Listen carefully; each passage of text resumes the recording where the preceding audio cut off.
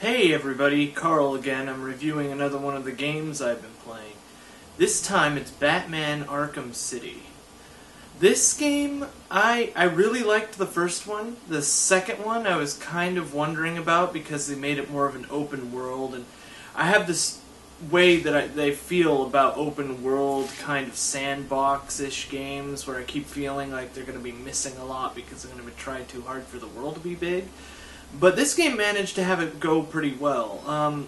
They actually isolate part of Gotham City from the rest of it, so you're not in the entire city in this one. You're in what's considered the old Gotham, which works out quite well. So it's not as big as you think it would be, but it works really well for a Batman game, and it's much bigger than the last one was. Another thing I thought was awesome this time around, they actually start you off right off the bat with this. You're playing as Catwoman for the first part, and the game actually goes between Batman and Catwoman as the game progresses.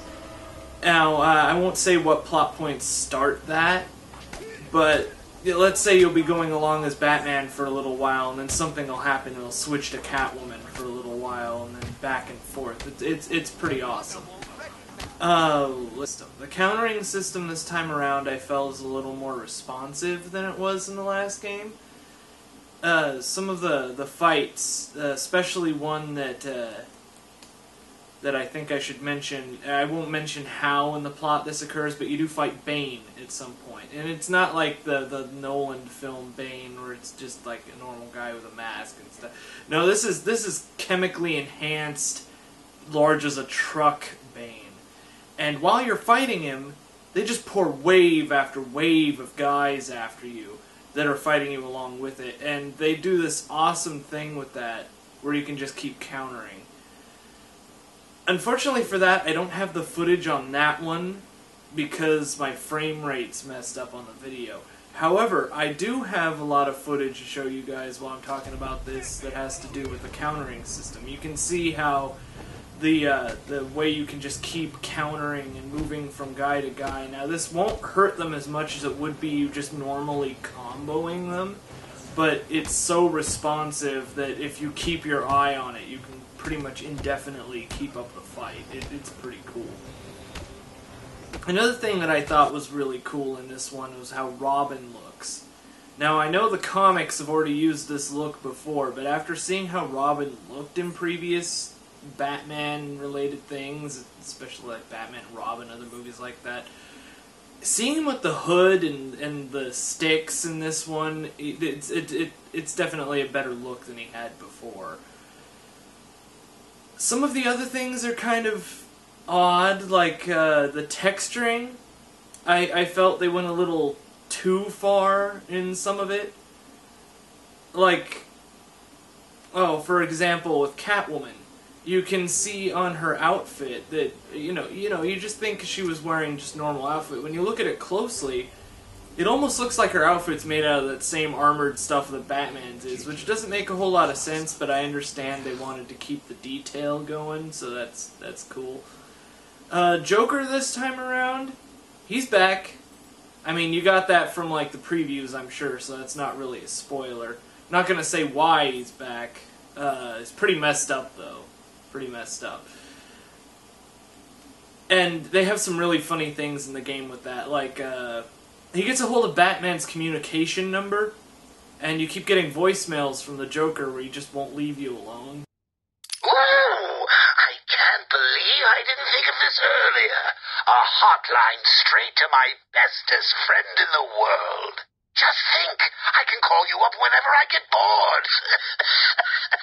I think our relationship is really maturing here. The next thing you know is we'll be exchanging emails or meeting up for romantic dinners. He just keeps talking to you, and that's pretty hilarious. As far as beat-em-up games go, this one is pretty awesome. Like the last one, they're using the voice actors from the Batman animated series, so they're keeping with that theme. That's definitely the high point to it for me. Mark Hamill has to be my favorite voice for the Joker, just hands down on that. This one is definitely worth a buy. However, I would point out that sometimes the detective mode in this one can get a little frustrating because of how big everything is. You get really absorbed in trying to find something to the point where a gang will notice you, or you'll swing to the wrong spot. Oh, the grappling in this game is awesome. Before in the other one, you could, grapple to points using Batman's gadgets. He has more gadgets this time around, which is cool. Alfred keeps doing these supply drops for you.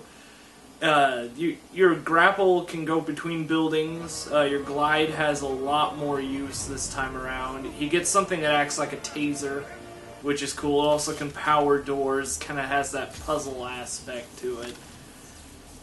You get this is kind of a silly thing, but you get this gel that blows stuff up. It's kind of like C4.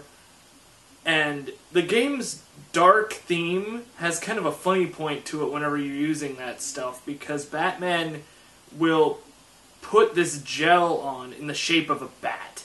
And I understand that's his thing, but it just seems really funny when you watch him do that in this game because of how dark everything else looks.